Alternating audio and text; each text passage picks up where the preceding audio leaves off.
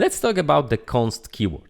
Const keyword allows you to change the variable into something that is unchangeable, okay? So after you set the first value, the first one, you can't change it later. When something like that would be useful, let's start from less practical example, and then we'll go into something a bit more practical. So let's say that we have got pi, right? Pi is the math constant, right? And it's equal to 3.14, or even a bit more precise version is like this. And when we alert the pi, we're gonna get the message like this.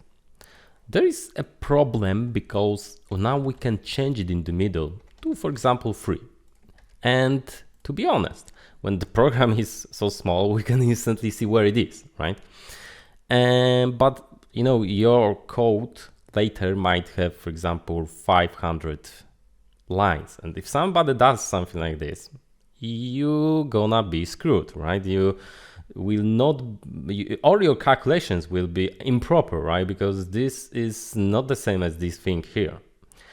And that's why we can use the const keyword instead. And now when we change the value, as you can see, nothing happens. We do not see alert. Why is that so? Because there is an error in our JavaScript. When you use the shortcut Ctrl+Shift+I in Firefox or Ctrl+Shift+J in the Google Chrome, you can find under the tab console, the console of your web browser. And if there is an error in JavaScript, you will see it here. As you can see, uncalled type error, invalid assignment to constant p. It means that you tried to assign something to the constant variable that you cannot change, right? It's unchangeable after setting the first value. You set it on the one, you can't change it later.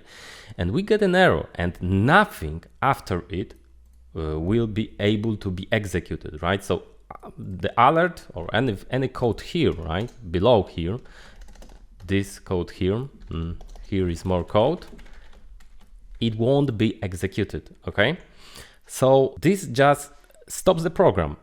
And it means that, well, nobody, you won't program only alone, right? Nobody will be able to make some mistake. Okay, that's the first thing, and this is, let's go into some more practical example. But before we go to it, look, you should always call your variables that are constant using the uppercase, okay? So I will hit the F2 shortcut. I really like this editor too, because you can change in every occurrence the name of variable, okay? You just hit the F2 and you can change the name of in every occurrence. I didn't need to do it manually everywhere, right? So I changed the constant to the uppercase because you show by having it uppercase to every other programmer and also yourself that this is a constant variable, okay? You can instantly now distinguish the constant variables from normal variables when they are used later in the program, right? Remember that there can be more lines. And here when we use pi, we can instantly see, okay, this is constant, right? And when somebody do something like number, oh, this is not a constant, right? And the practical example of using in JavaScript something like the const keyword would be, for example, maximum score for the game that you are creating, right? The value added tags for example, Great Britain, or the maximum post length for the post that somebody can make on your forum. Instantly you can notice all of the letters are uppercase. We use the underscore when there is more than one word, right? And later when somebody uses something like this, ooh, so this is constant. Okay, so if I want to change this value, I can do it only from one place where it was initially set, right? But I cannot change it later, right? And this is the value that I can look up very easily in one place where all constants are made, for example, right? So this is something that was created to increase readability of your code and to make sure there is less mistakes made in your code.